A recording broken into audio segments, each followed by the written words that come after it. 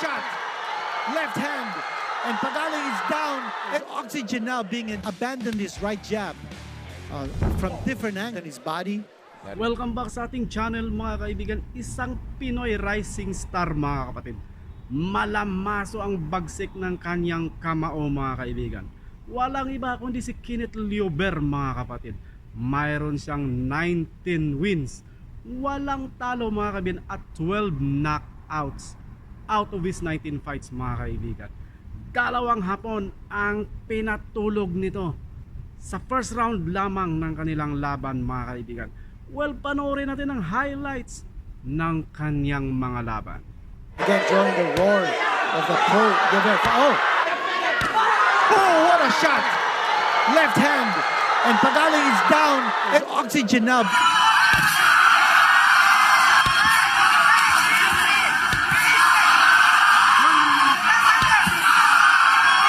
That is a jab and a straight from Liober. Good setup with the hook. Papasok. And down goes Tulio in the very first round, ladies and gentlemen. Bagsak po ang kalabang Hapon. And that is it. Napakagandang performance.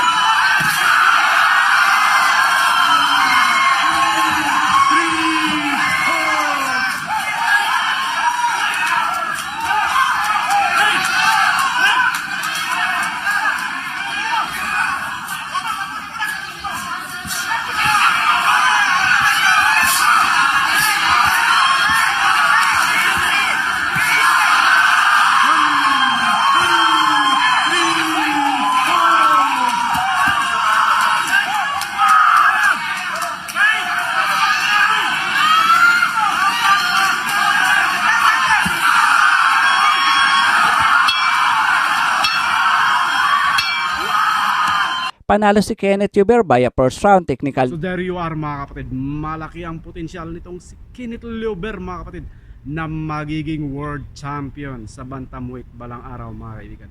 At saka remember, 22 years old pa lang ito at may taas na 5'6" mga kaibigan. At saka southpaw ang kanyang stance. Isang kaabang-abang na rising star ng Philippine boxing mga kaibigan.